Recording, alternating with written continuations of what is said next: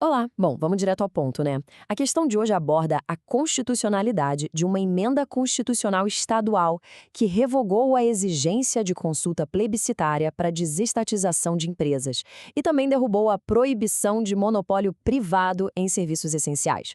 Olha só, o STF já julgou essas exatas revogações e as considerou plenamente válidas. A gente não vai só ler uma decisão aqui hoje, mas sim destrinchar a lógica da Suprema Corte passo a passo para que você entenda isso de forma absoluta. Bora lá. Para entender isso com perfeição, imagina só o seguinte cenário. A gente tem a Constituição de um Estado da Federação, que antigamente tinha dois artigos bem restritivos.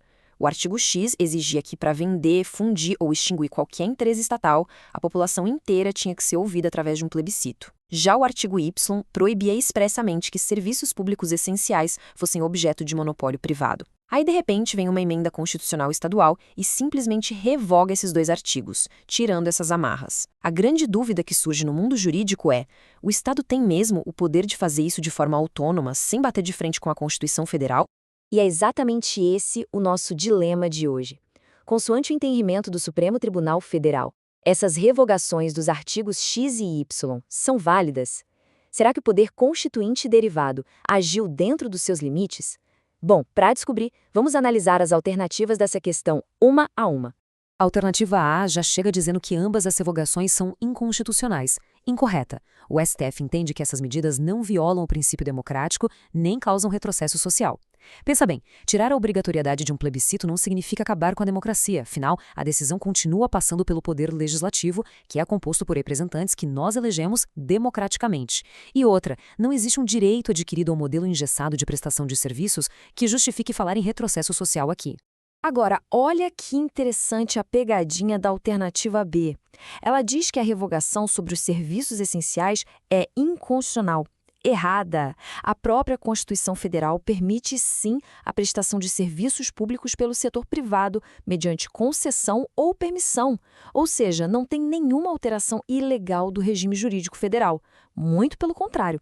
A revogação estadual, na verdade, só alinha o Estado com a flexibilidade que o nosso modelo constitucional já prevê para a gestão pública. Seguindo em frente, a alternativa C também aponta uma inconstitucionalidade dupla, totalmente incorreta, contrariando frontalmente a jurisprudência da Suprema Corte.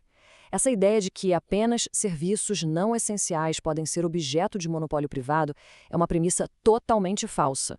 Quando o Estado delega um serviço público, mesmo que ele seja essencial, ele pode muito bem fazer isso em regime de exclusividade, dependendo ali da modelagem econômica da concessão, e isso não ofende nada à Constituição.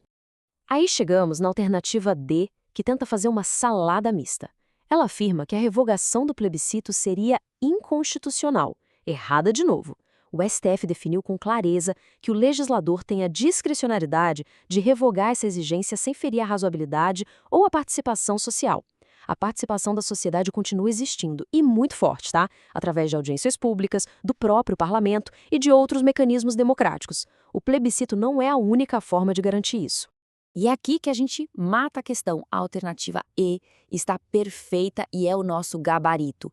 Ela reflete o exato entendimento do STF. A revogação do plebiscito é constitucional por ser pura discricionalidade do poder legislativo no exercício do poder constituinte derivado. E a revogação do monopólio privado também, porque não implica retrocesso social e mantém total compatibilidade com o modelo brasileiro, que já admite a delegação ao setor privado. Essa é a resposta certinha que vocês precisam gravar para a prova. Para consolidar de vez, vamos focar nos 4 pilares do Supremo para nunca mais esquecer. Primeiro, o STF respeita a margem de escolha, ou seja, a discricionariedade do legislador estadual. Segundo, a democracia representativa valida essas escolhas, então não há violação ao princípio democrático. Terceiro, modernizar a máquina estatal não é retrocesso social.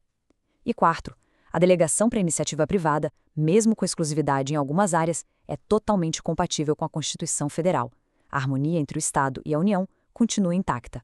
Resumindo toda a ópera, o Estado pode validamente retirar de sua Constituição a obrigatoriedade de plebiscito para privatizar empresas e a vedação de monopólio em serviços delegados. Gabarito oficial, letra E. Entender a jurisprudência assim, de forma estruturada, realmente muda o jogo. Fica aqui uma reflexão final para você.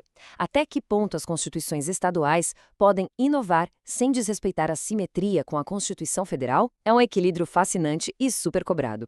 Muito obrigado por acompanharem, bons estudos e até a próxima!